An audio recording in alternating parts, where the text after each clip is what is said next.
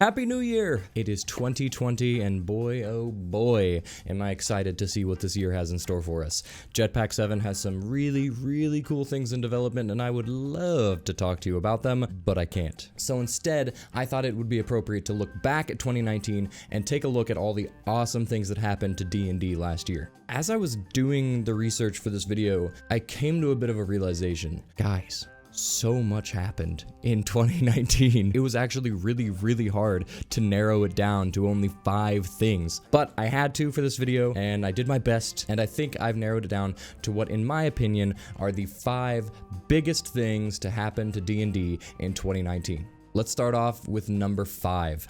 Descent into Avernus. Now this is the newest module that Wizards of the Coast has released for 5e, and it is really freaking cool. We can finally go to hell. I had to mention this module when I was making this list because hell is awesome in D&D. Getting wrapped up in all the devil's schemings and contracts and all the lawful evilness is really fun and pretty intimidating and challenging and scary all at the same time. But why is this such a big deal for D&D in general? As far as I know, this is the first module in 5th edition to introduce actual interplanar travel. There are ones that mention it and there are ones that involve going to places that aren't in Faerun, but there isn't one that takes you to an entirely new plane of existence. And the fact that hell is the first one that we're getting is actually insane. Because in this module, you start out in Baldur's Gate and then go into the first layer of hell.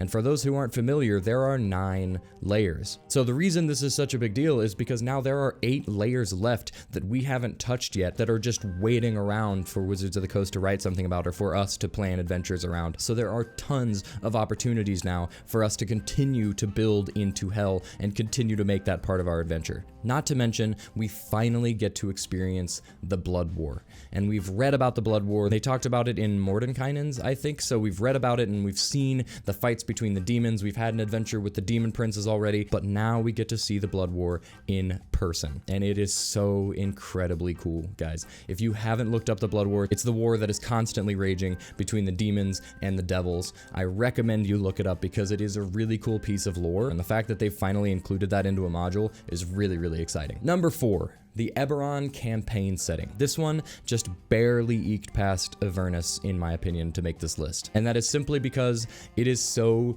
vastly different than anything we've seen in 5e so far. So it's another place outside of Faerun. We've only gotten a couple of those thus far, and this one starts to introduce completely new ideas and mechanics into the game. It kind of gives you this technomancer idea. It gives kind of a steampunk vibe to it all. It starts to go into technology. It gives some clarity on item creation, gives some brand new creature types, and to me the biggest thing in this book that really puts this past Descent into Avernus, in my opinion, is the Artificer player class. The reason that that's such a big deal is because this is the first official printed class that Wizards of the Coast has released since the original classes, since 5th edition came out. So in my opinion, this kind of marks the beginning of a new era of D&D where they're no longer just building upon the original stuff that they came out with, they're starting to add new things to add variety to the game, which can be both exciting and scary at the same time. It's exciting because the new stuff can bring in new players. If there wasn't something that was drawing them in before, maybe something that they release now could bring them in, plus the players who have been playing for a number of years now have some variety and they can be maintained. However, on the opposite end of the spectrum, the new stuff could scare away potential new players and the variety could start to turn off some of the players that have been playing for a while and just kind of want them to stick to the core rules that they've had so far. But otherwise, it's also awesome because it's another intelligence-based caster class. We haven't had another one of those since the Wizard, and the class is just fun. I've seen some complaints about balancing it. I'm not really sure. I've only run a campaign where it got played up until 5th level, so I haven't really seen it in all of its glory yet, but it seems like a fun class. I've looked through it, and having run it briefly, it seemed pretty cool. Not to mention, it does start to offer some clarity and some variety to item creation, which is something that, in my opinion, is sorely lacking in 5th edition.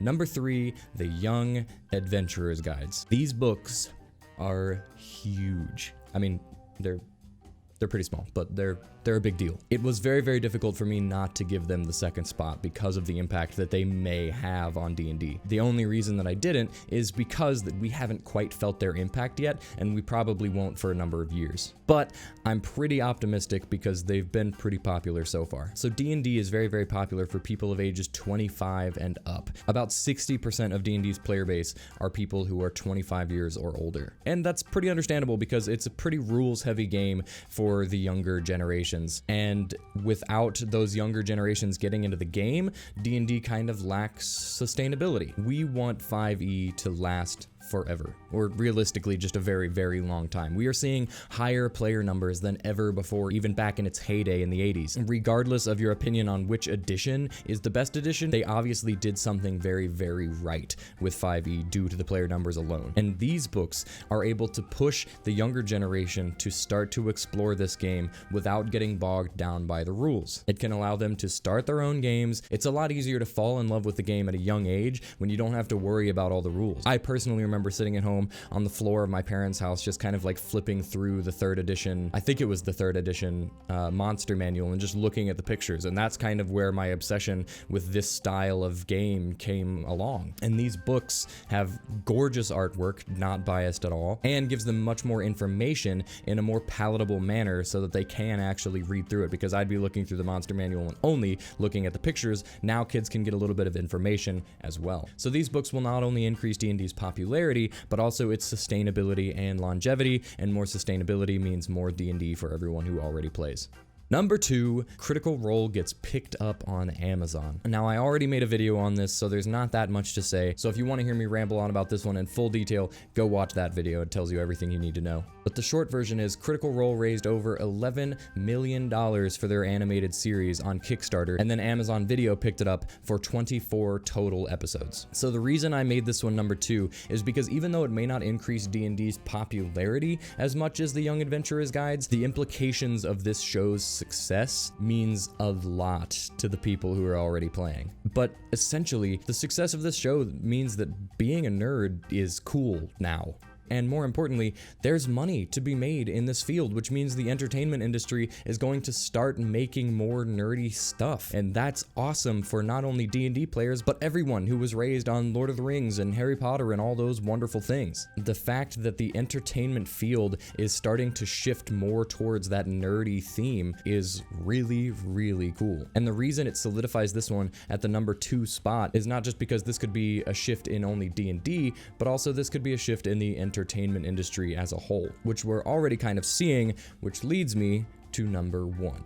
The normalization of nerd culture. When I say so much happened this year, this is what I'm talking about. So I've spent a lot of time trying to think, what was 2019 the year of? And I've decided on this. 2019 was undeniably the year of the nerd. You might be asking, Reese, can you prove that 2019 was the year of the nerd? There was a lot going on. Don't you worry. I got proof. So let's start with Wizards of the Coast. Wizards did not release sales numbers, but they did say that 2018 was the 5th straight year of double-digit growth that they've seen. And we have to assume that with the popularity of D&D that 2019 followed that same trend. A show about a nerdy D&D playing group of friends ran a successful 3rd season on Netflix with more mentions of "can we play D&D" than either of the previous 2 seasons combined. While we're on the subject of Netflix, there is now a series streaming based on the Witcher books, but largely popularized by the extremely nerdy and equally incredible video game. Speaking of video games, the League of Legends World Championship brought in over 100 million views. For perspective, the Super Bowl had about 98.3 million. The series finale of Game of Thrones aired in 2019, a show about dragons, zombies, and evil queens, and drew a staggering 19.3 million views, which shattered basically every applicable record. The Big Bang Theory aired an episode called The D&D Vortex, featuring super famous people like William Shatner, Kareem Abdul-Jabbar, Kevin Smith and Joe Manganiello, all playing a game of D&D. Wendy's, yes, the fast food chain Wendy's, released a satirical RPG based on 5th edition, pretty reminiscent of their social media tendencies, which was played live on air on Critical Role's channel. Matt Mercer, also of Critical Role, ran a one-on-one one-shot for the Stephen Colbert, which was apparently the first game of D&D that Stephen Colbert had played in over 30 years. All of this, compounded with the 4 things that I've already talked about, made 2019 a great year to be a nerd. D&D is at the forefront of nerd culture, and all of this stuff happening is only going to help propel it even further into the mainstream. I personally couldn't be happier with where 2019 took D&D, and it makes me very, very excited to see where 2020 takes it. So happy New Year, everyone. Please take a moment to like this video and subscribe to our channel. It helps us so much. 2019 was an awesome year. Let's make 2020 even better. But as always, thank you all for watching, and we'll see you around.